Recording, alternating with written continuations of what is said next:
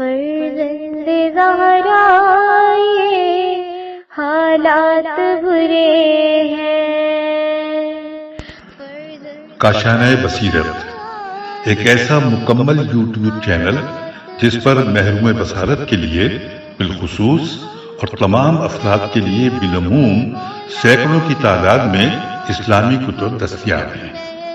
لہذا گزارش ہے کہ آپ اپنی ذمہ داری نبھاتے ہوئے کاشانۂ بصیرت کو سبسکرائب کرنے کے ساتھ ساتھ بیل آئیکن کو پریس کیجیے تاکہ آپ علم کے حصول کے ساتھ ساتھ مذہب اہل بیت کی اشاعت میں بھی اہم کردار ادا کرتے رہیں۔ کاشانۂ بصیرت، کاشانۂ بصیرت، کاشانۂ بصیرت۔ فرزند زہرا یہ حالات برے ہیں۔ السلام علیکم ورحمۃ اللہ وبرکاتہ۔ سامعین، آپ سماعت فرما رہے ہیں استاد جعفر سبحانی صاحب کی کتاب آئین وہابیت۔ آج ہم آپ کے سامنے اس کی 8ویں ریکارڈنگ پیش کر رہے ہیں، صفحہ نمبر 111، 7واں باب شروع ہو رہا ہے۔ عنوان ہے آیا اولیاء خدا کا یوم ولادت اور یوم وفات منانا بدعت ہے؟ وہابی طبقہ اولیاء کرام اور انبیاء خدا کے یوم ولادت اور یوم وفات کو عقیدت اور احترام سے منانے کے عمل کو جس انداز سے بدعت اور حرام قرار دیتا ہے، اس کے پیش نظر رکھ کر اگر غور و فکر کیا جائے تو محسوس ہوتا ہے کہ یہ طبقہ بزرگان دین، اولیاء کرام اور انبیاء خدا کا سخت ترین دشمن ہے۔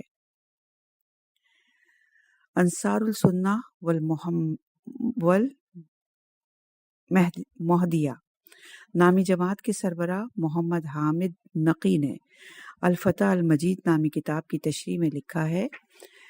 مختلف اسلامی ممالک میں اولیاء کرام کے نام پر جو تقریبات منعقد ہوتی ہیں وہ ایک قسم کی عبادت ہیں اور انہیں اولیاء کرام کی تعظیم کی ایک قسم خیال کیا جاتا ہے۔ آج کل جبکہ تمام اسلامی ممالک میں رسول اکرم صلی اللہ علیہ وآلہ وسلم کی پیدائش کے موقع پر عید میلاد النبی منایا جاتا ہے، سعودی مفتی بن باز حضور کی پیدائش کے سلسلے میں ہر قسم کے اجتماع کو حرام اور بدعت خیال کرتے ہیں، لیکن یہی شخص فیصل سعودی کی سلطنت کے دوران اس کو امیر المومنین کہہ کر خطاب کرتا ہے۔ یہ خطاب اس قدر مسخرہ آمیز تھا کہ انہیں بھی احساس ہو گیا اور انتہائی خاکسارانہ انداز میں اس لقب کو قبول کرنے سے معافی چاہی۔ وہابیوں کی تمام غلطیوں کی بنیاد صرف ایک لفظ ہے، وہ یہ کہ وہ شرک اور توحید اور خاص طور سے عبادت کے معنی کے لیے کوئی حد وغیرہ معین نہیں کرتے۔ اسی وجہ سے ہر جشن یا مجلس کو بندگی اور پرستش سمجھتے ہیں۔ ان تمام جملوں میں لفظ عبادت اور تعظیم کو ایک ساتھ مترادف معنی میں استعمال کیا گیا ہے، جبکہ دونوں لفظوں کے معنی الگ الگ ہیں۔ آئندہ باب میں عبادت کی تشریح کی جائے گی اور یہ ثابت کیا جائے گا کہ خدا کے نیک بندوں کی تکریم اور تعظیم اس حقیقت کے باوجود کہ بندگان خدا ہیں، کسی بھی وجہ سے ان کی زیارت کو پرستش نہیں کہا جا سکتا، کسی اعتبار سے شرک نہیں کہلائی جا سکتی۔ کیا اس امر میں شک و شبے کی گنجائش ہے کہ قرآن مجید میں نہایت فصیح و بلیغ انداز میں بعض انبیاء کرام اور اولیاء کرام کی تعریف کی گئی ہے؟ کیا قرآن مجید میں حضرت زکریا، حضرت عیسیٰ اور ان کے بارے میں نہیں فرمایا گیا سورہ انبیاء کی آیت نمبر 90 میں کہ یہ لوگ نیکی کے کاموں میں دوڑ دھوپ کرتے تھے اور ہمیں رغبت اور خوف کے ساتھ پکارتے تھے اور ہمارے آگے جھکے ہوتے تھے؟ لہٰذا اگر کوئی کسی مجلس میں جو ان کے نام سے منعقد کی جاتی ہے اس آیت کے مطابق ان کی توصیف و تعریف کرے تو کیا یہ عمل قرآن کی پیروی نہیں ہے؟ کیا خداوند عالم نے خاندان رسالت کے بارے میں نہیں فرمایا، یعنی وہ اللہ کی محبت میں مسکین اور یتیم اور قیدی کو کھانا کھلاتے ہیں؟ اور اگر یہ درست ہے تو پھر بتائیں کہ آج اگر حضرت علی علیہ السلام کے ماننے والے آپ کی پیدائش کے دن ایک جگہ جمع ہو جائیں اور کہیں کہ علی وہ فرد ہیں جو مسکین اور یتیم اور قیدیوں کو اپنا کھانا دے دیا کرتے تھے، تو کیا یہ ان کی عبادت کرنا ہے یا ان کی مدح بیان کرنا ہے؟ اگر عید میلاد النبی کے موقع پر ان آیات کو جن میں حضور صلی اللہ علیہ وآلہ وسلم کی تعریف کی گئی ہے کسی دوسری زبان میں ترجمہ کریں اور ان سے شعر موضوع کریں اور وہ اشعار کسی محفل میں پڑھیں تو کیا ان اشعار کا پڑھنا حرام ہوگا؟ کیا کہ یہ کہنا غلط ہے کہ حقیقت میں وہ لوگ جو بدعت کے لفظ کو بہانہ قرار دے کر مسلمانوں کو جناب رسول اکرم صلی اللہ علیہ وآلہ وسلم اور اولیاء خدا کی تعظیم و تکریم سے روکنا چاہتے ہیں، وہ اپنے اس عمل کے ذریعے جناب رسول خدا صلی اللہ علیہ وآلہ وسلم اور اولیاء خدا سے اپنی دشمنی کا اظہار کر رہے ہیں۔ یہاں اس امر کی وضاحت کر دینا ضروری ہے کہ مذہبی مجالس اور محافل کے خلاف وہابی طبقہ اگر بھرپور انداز سے پروپیگنڈا مہم چلاتے ہیں اور لوگوں کو بہکانے کے لیے یہ سوال کیا جا رہا ہے کہ اگر واقعاً یہ مجالس اور محافل مذہبی ہیں تو پھر اس کا مطلب یہ ہوا کہ انہیں اسلام سے تعلق ہے، اگر ان کا اسلام سے کوئی تعلق ہے تو پھر ضروری ہے کہ آئین اسلام میں خصوصی طور پر بالعمومیت کے ساتھ ان کے جواز میں کوئی حکم موجود ہوگا۔ لہٰذا اگر اس ضمن میں کوئی حکم پیش کیا جائے تو صحیح، ورنہ یہ عمل یعنی ان مجالس اور محافل کا انعقاد قطعی طور پر بدعت اور حرام تسلیم کرنا پڑے گا۔ تو اس قسم کے سوالات کو سننے کے بعد مسلمانوں کو گھبرانا نہیں چاہیے، اس لیے کہ وہابی طبقے نے جو سوال اٹھایا ہے اس کا جواب بالکل آسان ہے۔ وہ اس طرح کہ ہمارے پاس قرآن حکیم میں ایسی آیات بکثرت موجود ہیں جن میں جناب رسول خدا صلی اللہ علیہ وآلہ وسلم کی تعظیم و تکریم کی تاکید کی گئی ہے۔ اب چونکہ یہ مجالس و محافل در حقیقت اسی احترام ہی کے سلسلے میں منعقد ہوتی ہیں، اس لیے انہیں کسی صورت بھی بدعت یا حرام قرار نہیں دیا جا سکتا۔ ہم آپ کو ان دلائل سے آگاہ کریں جن کے پیش نظر اس قسم کی مجالس اور محافل کے انعقاد کو قرآنی حکم کے مطابق کہا جا سکتا ہے۔ پہلی دلیل، قرآن حکیم میں ان لوگوں کی تعریف کی گئی ہے جو رسول خدا صلی اللہ علیہ وآلہ وسلم کا احترام کرتے ہیں۔ چنانچہ ارشاد باری تعالیٰ ہوتا ہے سورہ اعراف کی آیت نمبر 157 میں، وہ لوگ جو ایمان لائے اس پر یعنی رسول خدا صلی اللہ علیہ وآلہ وسلم پر، ان کی عزت کی اور ان کی حمایت اور نصرت کی، انہوں نے پیروی کی اس نور کی جو اس کے ساتھ نازل ہوا، بے شک یہی وہ لوگ ہیں جو فلاح پانے والے ہیں۔ اس آیت کے بیان شدہ جملات یہ ہیں: آمنو عذرو نصرتہ واتبعوا النور۔ کیا کوئی یہ کہہ سکتا ہے کہ ان جملات کا تعلق صرف پیغمبر اکرم کے زمانے ہی سے ہے؟ کوئی نہیں کہہ سکتا۔ ان جملات کا تعلق صرف پیغمبر اکرم صلی اللہ علیہ وآلہ وسلم کے زمانے ہی سے نہیں ہے اور عذرہ والا جملہ اس کے معنی تعظیم و تکریم کے ہیں، تو قطعی طور پر صرف رسول خدا صلی اللہ علیہ وآلہ وسلم کے زمانے سے تعلق نہیں، کیونکہ اس عظیم رہبر انسانیت کے عزت اور تعظیم مسلسل طور پر ہر زمانے میں ہونی چاہیے۔ لہٰذا قابل غور فکر ہے یہ امر کہ کیا عید میلاد النبی کے موقع پر آپ صلی اللہ علیہ وآلہ وسلم کی شان میں منعقد کی جانے والی مجلسیں، تقریریں، شعر خوانی وغیرہ اس کی واضح مثال نہیں ہے کیا؟ کیسی عجیب و غریب بات ہے کہ وہابی اپنے لیڈروں اور حکام کی تو اس قدر عزت و تعظیم کرتے ہیں کہ جبکہ وہ ایک عام انسان کی طرح ہیں، لیکن اگر پیغمبر اسلام صلی اللہ علیہ وآلہ وسلم اور ان کے ممبر اور محراب کی اس عزت و احترام کے 1000ویں حصے کے برابر بھی تعظیم کی جائے تو ان کے نزدیک بدعت اور اسلام کے خلاف عمل قرار پاتا ہے، اور اس طرح تمام دنیا کی قوموں کی نظر میں اسلام کو ایک خشک اور احساسات سے عاری مذہب کے طور پر پیش کرتے ہیں، اور اس شریعت کو جو کہ بہت ہی آسان فطرت اور انسانی جذبات کے مطابق انسان کے لیے قابل قبول اور اعلیٰ ہیں، ایک ایسے خشک آئین زندگی کی حیثیت پیش کرتے ہیں جن میں بزرگوں کی عزت و احترام کے سلسلے میں انسانی جذبات کا خیال نہیں رکھا گیا، اور جو دنیا کی مختلف قوموں کو اپنے میں جذب کرنے کی طاقت نہیں رکھتی۔ دوسری دلیل، صفحہ نمبر 115، وہابی جو کہ خدا کی راہ میں شہید ہونے والوں کی یاد میں منعقد کی جانے والی ہر مجلس اور محفل کے خلاف ہیں، ذرا سوچ کر بتائیں کہ ان کا حضرت یعقوب علیہ السلام کے بارے میں کیا عقیدہ ہے۔ اگر عصر حاضر میں جناب یعقوب نجدیوں اور محمد بن عبد الوہاب کے ماننے والوں کے درمیان زندہ ہوتے تو وہ وہابی ان کے بارے میں کیا فیصلہ دیتے؟ کیا یہ درست نہیں کہ حضرت یعقوب اپنے بیٹے حضرت یوسف کی فراق میں دن رات رویا کرتے تھے، چاہے وہ کسی حال میں کیوں نہ ہو؟ ہر شخص سے اپنے بیٹے کے بارے میں ضرور سوال کیا کرتے۔ کیا یہ بھی درست نہیں کہ حضرت یوسف کی جدائی اور غم میں اس قدر روئے کہ قوت بینائی ختم ہو گئی؟ بیماری اور آنکھوں کی روشنی چلے جانے کے بعد بھی یوسف کی یاد دل سے نہیں گئی، بلکہ جو یوسف سے دوبارہ ملاقات کی امید بڑھتی گئی، بیٹے کی محبت کی شدت میں اضافہ ہوتا گیا۔ میلوں دور ہونے کے باوجود حضرت یعقوب اپنے بیٹے یوسف کی خوشبو سونگھ لیا کرتے تھے، اور بجائے اس کے کہ ستارہ یعنی یوسف، خورشید یعنی یعقوب کی تلاش میں نکلتا، ان کی فکر کا سورج ہمیشہ اپنے مہتاب یعنی یوسف کی تلاش میں رہتا تھا۔ سوچنے کی بات ہے کہ آخر کیوں کر ممکن ہے کہ اس قسم کے انسان کی زندگی میں اس یوسف سے اظہار محبت نہ صرف صحیح ہو بلکہ توحیدی آئین کے مطابق بھی ہو، مگر اس کے مرنے کے بعد جب کوئی انسان اپنے سوز و گداز یا غم و رنج کا اظہار کرے تو اسے حرام و شرک سے تعبیر کیا جائے، یا پھر ہمارے موجودہ زمانے کے یعقوب ہر سال اپنے یوسف کی وفات کے دن اپنی اولاد کو اکٹھا کر کے ان کے سامنے اپنے یوسف کی اخلاقی اور نفسیاتی اقدار کے بارے میں تقریریں کریں اور انہیں یاد کر کے آنسو بہائیں، تو کیوں کر ان کے اس عمل کو یہ کہہ کر حرام قرار دیا جا سکتا ہے کہ انہوں نے ایسا کر کے اپنی اولاد کی پرستش یعنی عبادت کی ہے؟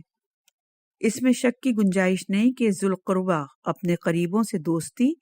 ان اسلامی فرائض میں شامل ہے جس کی طرف قرآن حکیم میں واضح الفاظ کے ساتھ دعوت دی گئی ہے۔ تاہم سوال یہ ہے کہ اگر کوئی یہ چاہتا ہے کہ 1400 سال کے بعد مذہبی فرائض کو انجام دے تو اسے کون سا طریقہ اختیار کرنا ہوگا؟ کیا اس ضمن میں اس کے پاس اس کے علاوہ بھی کوئی طریقہ ہے کہ وہ ان ذوالقربہ کی خوشی کے دن خوشی منائے اور ان کے یوم غم کے موقع پر غمگین ہو؟ اب اگر اس مقصد کے لیے یعنی خوشی کے اظہار کے لیے محافل کا انعقاد کراتا ہے اور ان محافل میں ان کی زندگی اور فداکاری کے بارے میں تقریریں کی جاتی ہیں یا پھر ان کی مظلومیت کا ذکر کیا جاتا ہے، تو کیا اس عمل سے سوائے اس کے کہ اپنے قریبیوں سے دوستی اور محبت کا اظہار کیا گیا، کیا کوئی اور مقصد بھی پورا ہوا ہے؟ اسی طرح اگر کوئی شخص زیادہ محبت کے اظہار کے لیے ان کی زیارت کے لیے جاتا ہے اور ان کی قبروں کے نزدیک مجالس اور محافل منعقد کرتا ہے، تو کیا صاحبان عقل و بصیرت کی نظر میں اس کا یہ عمل سوائے اظہار محبت کے اور کوئی معنی بھی رکھتا ہے؟ یہ وہ سوالات ہیں جن کے جوابات میں وہابی طبقہ سوائے اس کے اور کچھ نہیں کہہ سکتا کہ دوستی اور محبت کے اس جذبے کو صرف سینے کے اندر ہی دفن رہنا چاہیے، اس لیے کہ ان کے نزدیک کسی کو یہ حق حاصل نہیں کہ وہ انہی محبت کا اظہار کر سکے۔ جناب رسول خدا صلی اللہ علیہ وآلہ وسلم کے زمانہ حیات اور حضور صلی اللہ علیہ وآلہ وسلم کے بعد کا زمانہ جو کہ عقائد میں تبدیلی اور افکار میں انقلاب کا زمانہ تھا، اس دور میں مختلف اقوام جن کے آداب زندگی اور رسم و رواج ایک دوسرے سے قطعی مختلف تھے، جو انہی کا کلمہ شہادت پڑھتے انہی کو مسلمان تسلیم کیا جاتا۔ اس زمانے میں نہ تو جناب رسول خدا صلی اللہ علیہ وآلہ وسلم تھے اور نہ ہی حضور اکرم صلی اللہ علیہ وآلہ وسلم کے بعد ان کے اصحاب یا کسی دوسرے مذہبی رہبر نے یہ کوشش کی تھی کہ وہ ان اقوام کے آداب اور رسوم کے بارے میں تحقیق کریں جنہوں نے نیا اسلام قبول کیا ہے، تاکہ بعد میں ان کی تمام رسومات کو اپنے نئے سانچے میں ڈھالا جا سکے جس کی ان کی پہلی شکل و صورت سے دور کا تعلق بھی نظر نہ آئے۔ بزرگوں کا احترام، ان کی یاد میں مجلس منعقد کرنا، ان کی قبروں پہ حاضری دینا اور ان کے لیے اپنی محبت کا اظہار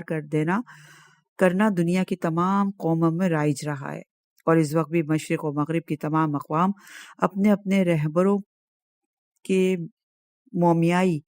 مجسموں اور ان کی قبروں کی زیارت کے لیے گھنٹوں انتظار میں کھڑے رہتے ہیں تاکہ ان کے جسموں اور قبروں کے قریب ہو کر ان سے محبت کا اظہار کریں اور ان کی یاد میں آنسو بہائیں جو کہ ان کے احترام اور احساسات قلبی کا آئینہ دار ہیں۔ اس کے علاوہ تاریخ کی کسی کتاب سے یہ بات ثابت نہیں ہو سکی کہ جناب رسول خدا صلی اللہ علیہ وآلہ وسلم نے دین اسلام قبول کرنے والوں کے عقائد کے بارے میں تحقیق کرنے یا ان کے آداب زندگی کا مطالعہ کرنے کے بعد ان کے مسلمان ہونے کی تصدیق کی ہو، بلکہ تاریخ کے مطالعے سے یہی بات سامنے آئی ہے کہ جو ہی کسی نے کلمہ شہادت پڑھا حضور اکرم صلی اللہ علیہ وآلہ وسلم نے اس کے مسلمان ہونے کو تسلیم کر لیا۔ لہٰذا قابل غور و فکر ہے یہ امر کہ اگر اس قسم کے آداب زندگی اور رسوم حرام ہوتے یا ان کا شمار بزرگوں کی پرستش میں ہوتا تو پھر کیا یہ ضروری نہ تھا کہ اسلام قبول کرنے والوں سے بیعت کے ذریعے پہلے اس قسم کے رسوم سے دوری کا عہد لیا جاتا، پھر ان کے مسلمان ہونے کی تصدیق کی جاتی، حالانکہ تاریخ میں اس قسم کا کوئی تذکرہ موجود نہیں۔ تیسری دلیل، صفحہ نمبر 117۔ قرآن حکیم کی تلاوت کے دوران یہ حقیقت سامنے آتی ہے کہ حضرت عیسیٰ نے خداوند عالم سے آسمانی خواہان نازل فرمانے کی درخواست کی اور ان کے نزول کے دن کو عید کا دن قرار دیا۔ چنانچہ قرآن میں حضرت عیسیٰ کی دعا کو یوں بیان کیا گیا ہے، سورہ مائدہ کی آیت نمبر 144، خدایا ہمارے رب ہم پر آسمان سے خوان نازل کر جو ہمارے لیے اور ہمارے اگلوں پچھلوں کے لیے خوشی کا موقع قرار پائے، اور تیری طرف سے ایک نشانی ہو، ہم کو رزق دے اور تو بہترین رزاق ہے۔ کیا پیغمبر اکرم صلی اللہ علیہ وآلہ وسلم کے وجود مبارک کی قدر و قیمت آسمانی خوان سے بھی کم ہے، جس کے نازل ہونے کے بعد کے دن کو حضرت عیسیٰ علیہ السلام عید کا دن قرار دیتے ہیں؟ اگر اس دن عید منانے کی وجہ وہ طعام آیت الہی تھا تو کیا رسول اکرم صلی اللہ علیہ وآلہ وسلم عظیم ترین آیت الہی نہیں ہے؟ چوتھی دلیل، صفحہ نمبر 118۔ قرآن مجید میں ارشاد خداوندی ہے سورہ علم نشرہ کی آیت نمبر 4 میں، اور ہم نے تمہارے ذکر کا آوازہ بلند کیا۔ لہٰذا سوچنے کا مقام ہے کہ کیا جناب رسول مقبول صلی اللہ علیہ وآلہ وسلم کے یوم ولادت کے موقع پر مجالس اور محافل کا انعقاد اس ذکر کو باقی رکھنے کے علاوہ کوئی اور مقصد بھی رکھتا ہے؟ آخر یہ کیوں کر ممکن ہے کہ ہم ذکر رسول صلی اللہ علیہ وآلہ وسلم کے سلسلے میں قرآن حکیم کی پیروی کو اہمیت نہ دیں، وہ بھی اس صورت میں کہ جبکہ ہمیں اس امر کا علم حاصل ہے؟ ہمارے لیے قرآن سے بڑھ کر عمل کے لیے اور کوئی بہترین معیار اور نمونہ ہے ہی نہیں۔ صفحہ نمبر 119 ہے، عنوان ہے اولیاء اللہ کے آثار سے برکت حاصل کرنا خواہ زندہ ہوں یا مردہ شرک نہیں ہے۔ وہابی اولیاء اللہ کے آثار سے برکت حاصل کرنے کو شرک سمجھتے ہیں، اور ہر اس شخص کو جو محراب ممبر پیغمبر اکرم صلی اللہ علیہ وآلہ وسلم کو چومتا ہے مشرک سمجھتے ہیں، خواہ وہ ان کی خدائی کا قائل ہی نہ ہو، بلکہ پیغمبر صلی اللہ علیہ وآلہ وسلم سے محبت کی وجہ سے آپ کے آثار کو بوسہ دیتا ہو۔ لیکن یہ لوگ یوسف کے کرتے کے بارے میں کیا کہتے ہیں؟ یوسف کہتے ہیں کہ میرا کرتا لے جاؤ اور میرے والد کے سامنے ڈال دو تاکہ وہ دوبارہ اپنی بینائی حاصل کریں۔ حضرت یعقوب نے بھی یوسف کے کرتے کو، جو کہ کسی خاص طریقے سے نہیں بنایا گیا تھا، اپنی آنکھوں کے سامنے کرتے ہیں اور اسی وقت ان کو بینائی حاصل ہو جاتی ہے۔ اگر حضرت یعقوب نجدیوں اور محمد بن عبد الوہاب کے ماننے والوں کے سامنے ایسا کوئی کام کرتے تو ان کے ساتھ وہ کیا سلوک کرتے، اور گناہ و خطا سے محفوظ معصوم پیغمبروں کے عمل کی کیا تعریف کرتے؟ حضور صلی اللہ علیہ وآلہ وسلم کے زمانے سے لے کر آج تک وہابیوں کے علاوہ تمام مسلمان آپ کے آثار سے فیض حاصل کرتے رہے ہیں۔ شیخ محمد ظاہر مکی نے ایک مقالے میں جو کہ 1385 میں شائع ہوا اور اس سلسلے میں تاریخی ثبوت فراہم کیے ہیں، اس مقالے کا نام تبرک صحابہ بآثار یعنی رسول اللہ صلی اللہ علیہ وآلہ وسلم ہے، اور اس مقالے کا ترجمہ فارسی میں بھی ہو چکا ہے۔ اب اگر مسلمان خاتم النبی صلی اللہ علیہ وآلہ وسلم کی قبر کی خاک کو اپنی آنکھوں سے ملتے ہیں اور اس کو احترام کے طور پر بوسہ دیتے ہیں اور یا اس سے فیض حاصل کرتے ہیں اور کہتے ہیں کہ خداوند عالم نے اس قبر مبارک کی خاک کو تاثیر عطا کی ہے، اور اس عمل میں یعقوب زمان کی پیروی کرتے ہیں، تو کیوں کر ان کی ملامت کی جاتی ہے اور کیوں کر ان کے خلاف کفر کا فتویٰ دیا جاتا ہے؟ صفحہ نمبر 120 ہے اور 8واں باب شروع ہو رہا ہے، عنوان ہے عبادت اور پرستش میں توحید۔ اللہ کے فرستادہ انبیاء کی دعوت ہر دور میں یکتا پرستی پر مبنی رہی ہے، یعنی تمام انبیاء کرام نے بنی نوع انسان کو اس امر کی طرف متوجہ کیا ہے کہ وہ انسان صرف اور صرف خدا وحدہ لا شریک ہی کی عبادت کرے اور اس کے علاوہ کسی دوسرے کی پرستش سے پرہیز کرے۔ دوگانہ پرستی کی زنجیروں کو توڑنے کے سلسلے میں یکتا پرستشی دوبارہ کہتے ہیں اس جملے کو، دوگانہ پرستی کی زنجیروں کو توڑنے کے سلسلے میں یکتا پرستی احکامات الہیہ میں بنیادی حیثیت کا درجہ رکھتی ہے، اور انبیاء خدا کے کارناموں میں اسی یکتا پرستی ہی کو اولیت حاصل رہی ہے، یعنی تمام انبیاء برحق کا مقصد ایک ہی تھا۔ چنانچہ سب نے انسانوں کو عبادت کے سلسلے میں یکتا پرستی کو اختیار کرنے کی دعوت دی اور شرک کو نابود کرنے کے لیے بھرپور جدوجہد کی، اور یہ وہ حقیقت ہے جسے قرآن مجید میں واضح الفاظ کے ساتھ بیان کیا گیا ہے۔ چنانچہ ارشاد خداوندی ہے سورہ نحل کی آیت نمبر 36 میں، ہم نے ہر امت میں ایک رسول بھیج دیا اور اس کے ذریعے سب کو خبردار کر دیا کہ اللہ کی بندگی کرو اور طاغوت کی بندگی سے بچو۔ اسی طرح سورہ انبیاء کی آیت نمبر 25 میں ارشاد باری تعالیٰ ہے، ہم نے تم سے پہلے جو بھی رسول بھیجا ہے اس کو یہی وحی کی ہے کہ میرے سوا کوئی خدا نہیں، پس تم لوگ میری ہی بندگی کرو۔ قرآن مجید میں تمام آسمانی شریعتوں کے درمیان مشترک حقیقت یکتا پرستی کو قرار دیا گیا ہے۔ چنانچہ ارشاد خداوندی ہے سورہ آل عمران کی آیت نمبر 24 میں، کہو اے اہل کتاب، آؤ ایک ایسی بات کی طرف جو ہمارے اور تمہارے درمیان یکساں ہے، ہم اللہ کے سوا کسی کی بندگی نہ کریں، اس کے ساتھ کسی کو شریک نہ ٹھہرائیں، اور ہم ہی میں سے کوئی اللہ کے سوا کسی کو اپنا رب نہ بنا لے۔ عبادت میں توحید ایک مسلمہ اور مستحکم حقیقت ہے، کوئی بھی مسلمان اس کی مخالفت نہیں کر سکتا، اور مسلمانوں کے تمام گروہ اس کے بارے میں ایک ہی نظریہ رکھتے ہیں۔ اگرچہ معتزلہ توحید افعالی کے بارے میں اختلاف نظر رکھتے ہیں، یا پھر اشاریہ توحید صفات کے بارے میں خاص نظریہ رکھتے ہیں، لیکن مسلمانوں کے تمام فرقے اس اصل کے بارے میں ایک ہی نظریہ رکھتے ہیں، اور کوئی بھی مسلمان اس اصل کا منکر نہیں ہو سکتا، اور اگر کوئی اختلاف ہے بھی تو صرف مثالوں سے متعلق ہے، یعنی کچھ مسلمان کچھ اعمال کو عبادت سمجھتے ہیں جبکہ دوسرے اسی عمل کو تعظیم و تکریم سمجھتے ہیں۔ اس لحاظ سے جو بھی اختلاف نظر آئے وہ صغرا میں سے ہے، یعنی فلاں کام عبادت ہے یا نہیں، کبرا میں کوئی اختلافات نہیں، یعنی یہ کہ غیر خدا کی عبادت شرک و حرام ہے۔ ہم اس مقام پر سب سے پہلے یہ بتانا ضروری خیال کرتے ہیں کہ عبادت کے لغوی معنی کیا ہیں اور قرآن حکیم میں یہ لفظ کس کس معنی میں استعمال ہوتا ہے، تاکہ حقیقت امر کو آسانی کے ساتھ واضح کیا جا سکے۔ دوسرے الفاظ میں ہم زیادہ واضح طور پر یہ کہہ سکیں گے کہ عبادت میں توحید ایک ایسی بات نہیں ہے جسے ایک خاص گروہ ہی خصوصیت کے ساتھ اہمیت دیتا ہے، بلکہ تمام مسلمان توحید پرست ہیں اور ان سب کا اس سلسلے میں ایک جیسا عقیدہ ہے۔ ہم عبادت کے لغوی معنی کی وضاحت کے بعد جس اہم مسئلے کو موضوع بحث قرار دیں گے وہ ان اعمال سے متعلق ہے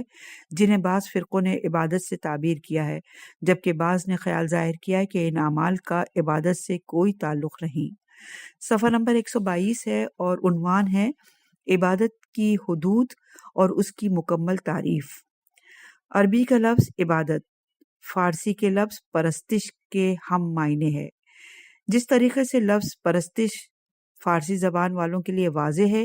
اسی طرح عبادت عربی زبان والوں کے لیے بھی واضح ہے، لیکن اسی کے ساتھ ساتھ ایک جملے میں اس لفظ کی تعریف ممکن نہیں۔ اس میں شک نہیں کہ زمین اور آسمان جیسے الفاظ ہمارے لیے مکمل طور پر واضح ہیں، جبکہ بہت سے لوگ مکمل طور پر ان الفاظ کی تعریف بیان نہیں کر سکتے، لیکن اس بات کا مطلب یہ نہیں کہ ان الفاظ کو سننے کے بعد ان سے مراد چیزیں ہمارے لیے واضح نہیں ہوتی۔ عبادت اور پرستش کے الفاظ بھی زمین اور آسمان جیسے الفاظ کی طرح ہیں، سب ان کی حقیقی مفہوم کو سمجھتے ہیں، اور دوسری بات یہ ہے کہ ان الفاظ کے معنی یا پھر ان کی منطقی تعریف کو بیان کرنا ہمارے لیے مشکل امر بن جائے۔ ایک عاشق اپنے معشوق کے گھر کے در و دیوار کو چومتا ہے اور اس کے لباس کو اپنی آنکھوں سے لگاتا ہے، اس کے مرنے کے بعد اس کی قبر کے بوسے لیتا ہے، لیکن کسی بھی قوم میں اس عاشق کو معشوق کا پجاری نہیں کہا جاتا۔ دنیا بھر کے بڑے بڑے لیڈروں کے مردہ مومی مجسموں، ان کے آثار اور محلوں کو دیکھنے کے لیے جانا اور ان کے احترام میں چند لمحے خاموش رہ کر خراج عقیدت ادا کرنے کا شمار عبادت و پرستش میں نہیں ہوتا، خواہ ان لیڈروں کا احترام کرنے والوں میں ان کی محبت وغیرہ اس قدر ہو جیسی محبت ایک خدا پرست کے دل میں اپنے معبود کے لیے ہوتی ہے۔ ہماری موجودہ بحث صرف اور صرف باضمیر اور ان منصف مزاج افراد کے لیے ہے جو بیدار ہیں، اس لیے کہ باضمیر اور بیدار افراد ہی اس گفتگو سے استفادہ کرتے ہوئے احترام، تعظیم، عبادت اور پرستش کے مفہوم میں فرق کر سکتے ہیں، جبکہ وہ افراد جنہوں نے یہ فیصلہ کر رکھا ہے کہ ان کے لیے عبادت کے منطقی تعریف بیان کی جائے اور ان کے سامنے اس لفظ کا مکمل طور پر تجزیہ پیش کیا جائے، انہیں ہم صرف اتنا بتانے پر ہی اکتفا کریں گے کہ لفظ عبادت 3 طریقوں کے ذریعے تعریف بیان کی جا سکتی ہے۔ لفظ عبادت کی صفحہ نمبر 123۔ پہلا، لفظ عبادت کی پہلی تعریف: عبادت عملی یا لفظی اور زبانی خضوع کا نام ہے جو کہ عبادت کرنے والے کے اعتقادی لحاظ سے اس کی الوہیت سے پیدا ہوتا ہے۔ اب دیکھنا یہ ہے کہ الوہیت کے کیا معنی ہیں، اور بحث کا سارا دار و مدار اس بات پر ہے کہ الوہیت کی صحیح تعریف کی جائے۔ الوہیت کے معنی خدائی اور اللہ کے معنی خدا کے ہیں۔ اگر کسی وجہ سے اللہ کی تفسیر معبود کی گئی ہے تو یہ تفسیر لازم ہے کیونکہ معبود واقعی اللہ نہیں ہے۔ اس تصور کی وجہ یہ ہے کہ دنیا کی قوموں کے درمیان حقیقی اللہ اور تمام تصوری اللہ کو معبود سمجھا گیا ہے اور ان کی پرستش کی گئی ہے، چنانچہ خیال کیا جاتا ہے کہ اللہ کے معنی معبود کے ہیں، جبکہ معبود ہونا اللہ کے معنی کے لوازمات میں سے ہے، نہ کہ اس کے بنیادی اور ابتدائی معنی ہیں۔ اس دلیل کا واضح ثبوت کہ لفظ اللہ کے معنی خدا کے ہیں نہ کہ معبود کے، خود کلمہ اخلاص یعنی لا الہ الا اللہ ہے۔ اگر اس جملے میں اللہ کے معنی معبود کے ہوں تو مذکورہ کلمہ جھوٹا ہو جائے گا، کیونکہ یہ بات واضح ہے کہ اللہ کے سوا ہزاروں دوسرے معبود بھی ہیں۔ اس تعریف کے ثبوت میں دوسری آیت بھی ہے جن کے مطالعے سے یہ واضح ہو جاتا ہے کہ عبادت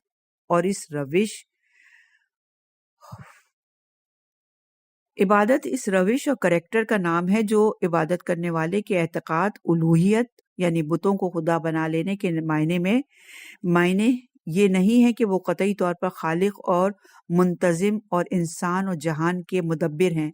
بلکہ خدا ہونا وسیع معنی کا حامل ہے جس میں اصلی اور جھوٹے خدا دونوں ہی شامل ہیں۔ جب بھی کسی ہستی کو خدائی کاموں کا مبدأ تصور کیا کریں گے اور سمجھیں گے کہ کچھ خدائی کام یعنی شفاعت اور مغفرت وغیرہ ان کے اختیار میں ہے تو یقیناً اس ہستی کو خدا تصور کیا ہے، البتہ یہ کام خداوند تعالیٰ کے مقابلے میں ایک جھوٹے خدا کا تصور ہوگا۔ اس کے نتیجے میں پیدا یہ ہوتا ہے کہ اگر کسی موجود ہستی کے بارے میں اس قسم کا اعتقاد نہ ہو تو اس کی تعظیم و تکریم اور اس کے سامنے جھکنے کو عبادت نہیں کہا جا سکتا۔ اس کا ثبوت یہ ہے کہ جب قرآن خدا کی عبادت کا حکم دیتا ہے تو اس کے فوراً بعد دلیل لائی جاتی ہے کہ اس کے علاوہ اور کوئی خدا نہیں۔ سورہ اعراف کی آیت نمبر 59 میں اے برادران قوم اللہ کی بندگی کرو، اس کے سوا تمہارا کوئی خدا نہیں۔ اس آیت سے ملتا جلتا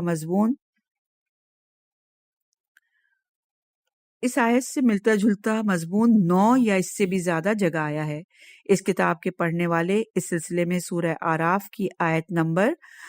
65، 73 اور 58، سورہ ہود کی آیت نمبر 5، 61 اور 84، سورہ انبیاء کی آیت نمبر 65، سورہ مومنون کی آیت نمبر 23, 32